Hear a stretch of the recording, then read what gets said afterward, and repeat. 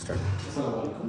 এটা হচ্ছে 4550 inside area, total 4147 square feet total apartment. আসলে এটা হচ্ছে drawing room. Drawing room family living থেকে আসার একটা ডোর আছে, প্লাস হচ্ছে ডাইরেক্ট মেন গেট থেকেও ঢোকার মতো স্লাইডিং ডোর আছে। এটা ড্রয়িং রুম ফর্মাল লিভিং যেটা। এই পাশে হচ্ছে কমন টয়লেট, যেহেতু ড্রয়িং রুমের সাথে অ্যাটাচ কোনো টয়লেট নেই, তার জন্য এখানে একটা কমন টয়লেট রয়েছে এবং কি এখানে শাওয়ার রয়েছে।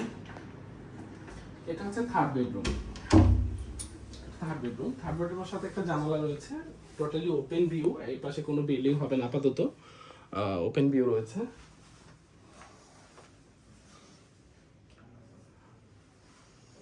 এখন থার্ড বেডরুম বা গেস্ট বেড যেটা, এটা গেস্ট বেড। এটা হচ্ছে গেস্ট বেডের পাশেই হচ্ছে সার্ভেন্ট যে বেডরুম, যেহেতু সার্ভেন্ট বেডরুমের সাথে জন্য অন্য কোনো বেডরুম নেই, এই স্পেসটাকে একটা স্লাইডিং হিসেবে আর কি, যেটা পোর্টেবল যে বেডরুমগুলো হয়, বেডশিটগুলো হয়, সেটা এখানে করা হয়েছে। তো এখানে স্টোর রুম হিসেবে ওনারা ইউজ করছে। এটা হচ্ছে লিভিং, ফ্যামিলি লিভিং।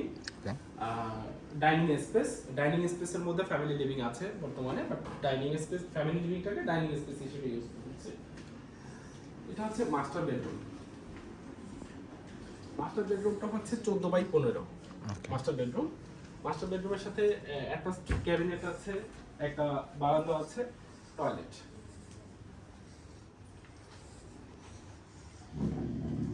মাস্টার বেডরুমটা 3 দিকে ওপেন, জানালা বা 2 দিকে জানালা রয়েছে এবং কি 3 সাইডে ওপেন বিল্ডিংটা, কারণ এই পাশে বিল্ডিং নেই, হাই রাইজ বিল্ডিং নেই, আর এখানে অন্য বিল্ডিং থেকে আউটসাইডে যে এরিয়া রয়েছে বেশ ফাঁকা আর কি।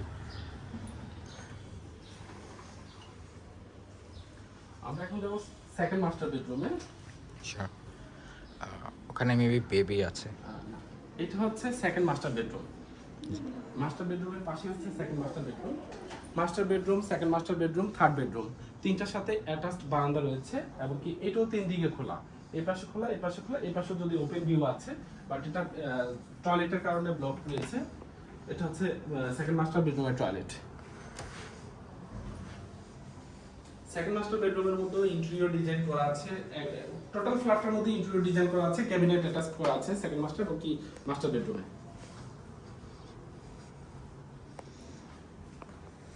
এটা হচ্ছে সেকেন্ড মাস্টার বেডরুমের বারান্দা।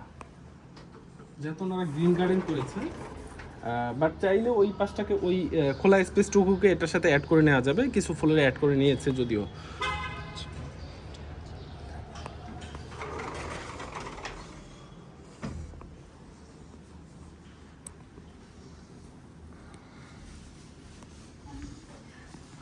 ড্রয়িং রুমের সাথে একটা বারান্দা রয়েছে, যেটা ড্রয়িং রুমটা ফ্রন্ট সাইডে। এটা হচ্ছে ড্রয়িং রুম। ড্রয়িং রুমের সাথে বড় একটা বারান্দা রয়েছে, যেটা ফ্রন্ট সাইডে। এটা হচ্ছে ড্রয়িং রুম, ওনারা গ্রিন গার্ডেন করেছে যদিও। এটা হচ্ছে ড্রয়িং রুম, ড্রয়িং রুমের বারান্দা।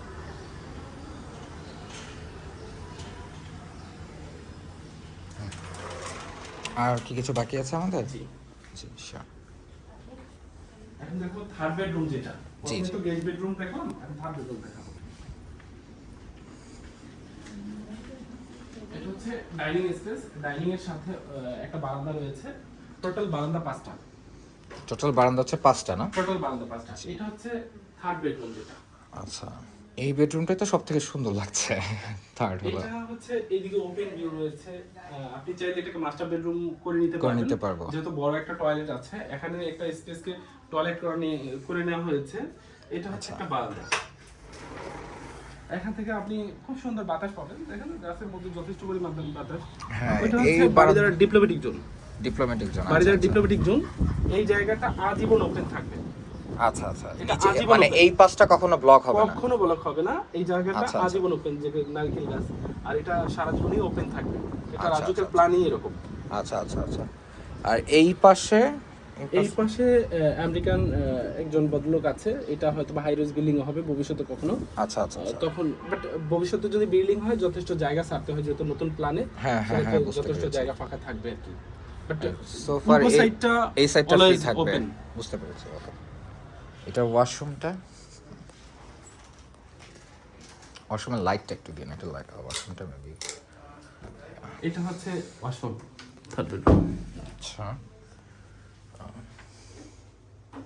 এই সাইডে একটু দরজাটা শাওয়ারটা একটু দেখাই দিন। হ্যাঁ ঠিক আছে, ওকে। এটা শুধু ক্যাবিনেট করা আছে, ওয়াল ক্যাবিনেট করা আছে। আচ্ছা আচ্ছা, এনিথিং লেফট? কিচেনটা দেখানো হয়। জি,